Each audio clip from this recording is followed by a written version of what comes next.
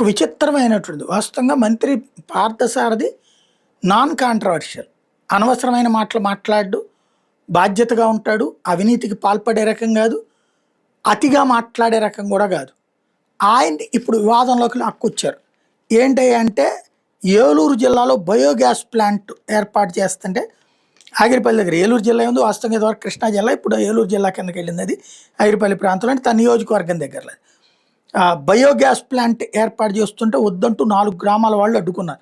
ఏంటంటే 4 గ్రామాల ప్రజలు కొండ ప్రాంతంలో, తోటపల్లి పరిధిలోని కొండ ప్రాంతంలో తమ పూర్వీకుల కాలం నుంచి మేకలు, గొర్రెలు, గేదెలను మేపుకుంటున్నారట.